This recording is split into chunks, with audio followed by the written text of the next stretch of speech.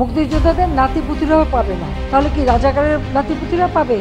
মন মতো হলেই মুক্তিযোদ্ধা, আর না হলেই যে কাউকে রাজাকার ট্যাগ লাগিয়ে দিতেন ক্ষমতাচ্যুত আওয়ামী লীগ সরকার। স্বৈরাচারী শেখ হাসিনাকে ইঙ্গিত করে এমন মন্তব্য করেন দেশের আলোচিত ইসলামী বক্তা ডক্টর মিজানুর রহমান আজহারী। আওয়ামী ক্ষমতাকালে মতের বিরুদ্ধে গিয়ে এমন রাজাকার উপাধি নিয়ে ভুগেছেন অনেকেই।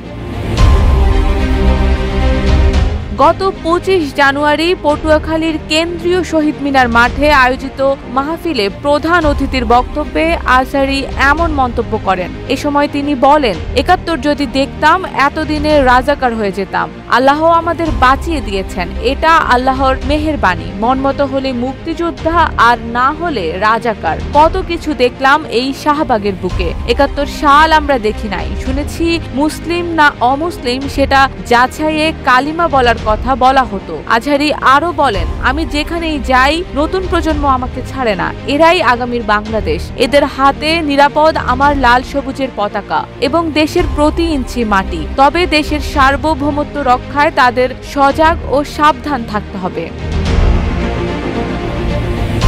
এদিকে মাহফিলে প্রধান বক্তা ছিলেন সাবেক ছাত্রনেতা ডক্টর শফিকুল ইসলাম মাসুদ। আমন্ত্রিত অতিথি হিসেবে উপস্থিত ছিলেন সাবেক স্বরাষ্ট্রমন্ত্রী আলতাফ হোসেন চৌধুরী। অনুষ্ঠানটির সভাপতিত্ব করেন পটুয়াখালী ওয়েলফেয়ার ফাউন্ডেশনের উপদেষ্টা অ্যাডভোকেট নাজিমুল আহসান। মাহফিলটি স্থানীয়দের মধ্যে ব্যাপক সাড়া ফেলেছে এবং পুরো অনুষ্ঠান জুড়ে ছিল উৎসব মুখর পরিবেশ।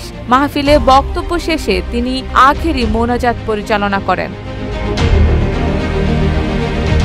প্রসঙ্গত, ইসলাম ধর্মের অনুশাসন মেনে চলে নিজেকে যে স্মার্টভাবে উপস্থাপন করা যায় তারই প্রতিচ্ছবি মিজানুর রহমান আজহারী। খুব অল্প সময়ে কোরআন হাদিসের সহজ সাবলীল আলোচনা করে অসংখ্য মানুষের মনে জায়গা করে নিয়েছেন তিনি। তার গবেষণাধর্মী আলোচনার কারণে জনপ্রিয় হয়ে উঠেছেন। জনপ্রিয় এই ইসলামী আলোচক দীর্ঘ 4.5 বছর পর মালয়েশিয়া থেকে দেশে ফিরেই একের পর এক মাহফিলে অংশ নিচ্ছেন। প্রতিটি মাহফিলেই ঢল নামে লাখ লাখ মানুষের। এর আগে তৎকালীন আওয়ামী লীগ সরকার ও ভারতের অদৃশ্য চাপে 2020 সালের ফেব্রুয়ারি মাসে বাংলাদেশ থেকে মালয়েশিয়া চলে যাওয়ার ঘোষণা দেন মিজানুর রহমান। কথিত আছে দেশ ছাড়তে এক প্রকার বাধ্য হন তিনি।